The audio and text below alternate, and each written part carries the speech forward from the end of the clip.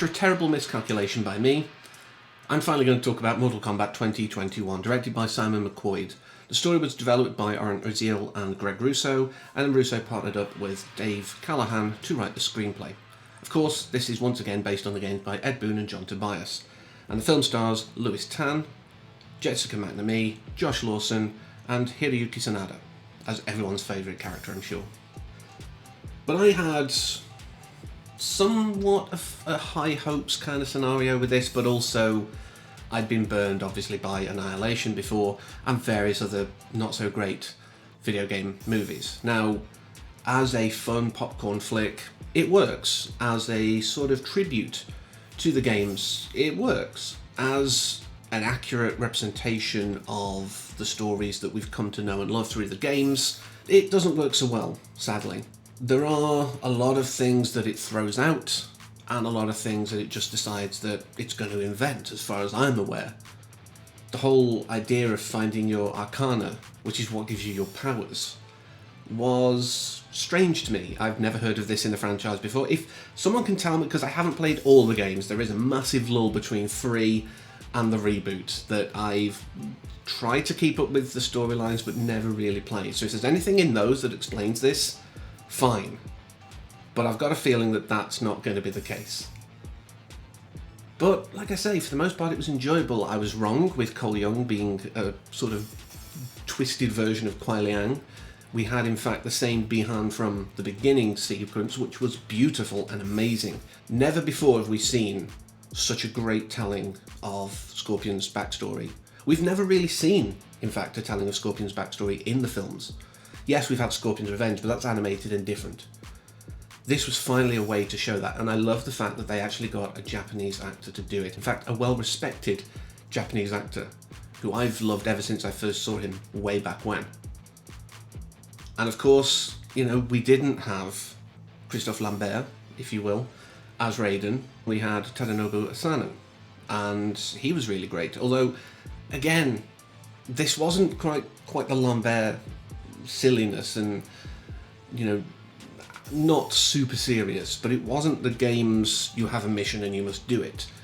There was a lot of sass, but it was kind of almost like a mean sass, and I'm not sure that jibes well with a lot of versions of the character. There are versions of the character who maybe have that granted, but I didn't think it was my favourite Raiden. And with Mr. Lambert doing such a great job in the first one, it's a high bar, really. But Sonya was fine. It was almost like, well, we need to have her in, so let's do that. She didn't really feel like she furthered the plot in a meaningful way. This was very much Cole Young's story, and of course we can't take that away from it.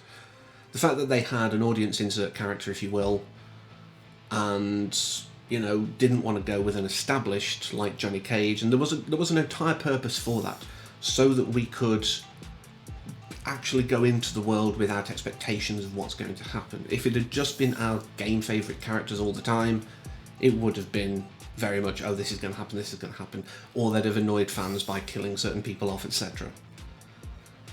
But some of the changes, like I say, just didn't gel with me. The idea that Kano's not a cybernetic thing, it's a weird power he's got because he gelled with his arcana inside. I didn't like that necessarily. It was an interesting way of doing it, don't get me wrong, but it's not Kano then. It's a guy with a weird eye laser that's magic. And at first I wasn't happy with him being on the side of good, if you will. I know he was technically there by force at the start, but I liked the fact that they, yes, made him turn heel. Technically made him return to heel, if you think about it that way. So I'm fine with that. That was okay. His backstory with Cabal was in there. I mean, the whole Shang Tsung thing was weird. He's not a general, he's just a sorcerer. He's never been a general. It's like they kind of folded a bit of Kotal Khan and Shao Kahn into Shang Tsung, and I wasn't really for that. But again, I liked Melina. She had more of that awful, you know, dentistry and facial issues, at least on the lower half. And that's what I come to see. I come to see Melina with an awful, massive row of teeth that are probably going to rip my head off at any point. So it's really weird. I love elements of this, but I really don't like other elements. And at the end of it, I just sat there kind of like, that was okay. The CG Goro was expected, because it's now, they're not going to put a big complex puppet up on screen when they can do it in computers. I get that. But it was fine. It wasn't awful. It was well blended into the scenes, etc., so that's fine. But that's all I really feel I can say about this film. It was fine.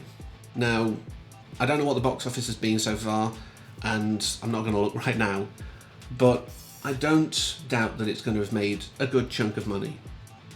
And I'm actually hopeful for a sequel. Because now they've opened up the world, they've said, okay, this is a bit more grounded, but also really mystical at the same time, and we want to make sure that we get you into this world before we really throw the fantastical elements. I mean, I hope that in a sequel, they go, actually, the Bihan in the flashback in the first film was really Quan Chi. I want them to do that. I know they had the whole thing of like, Bihan, you killed my family thing at the end of this film, but again, maybe that was a ruse, maybe there was something in his mind. But I want to see more Scorpion, I want to see more of the weird, I want to see the Elder Gods, I want to see Mortal Kombat as we know it a little more, at least, in a sequel. But to be fair, as long as it doesn't go the way of Annihilation, anything's technically a plus. So, like I say, it was a fine film. It's Mortal Kombat in a way, and like I say, hopefully it's opened up for a sequel. But that's all I want to say about it, so until next time, where I'll be talking about something completely different, as always, thank you for watching, and take care.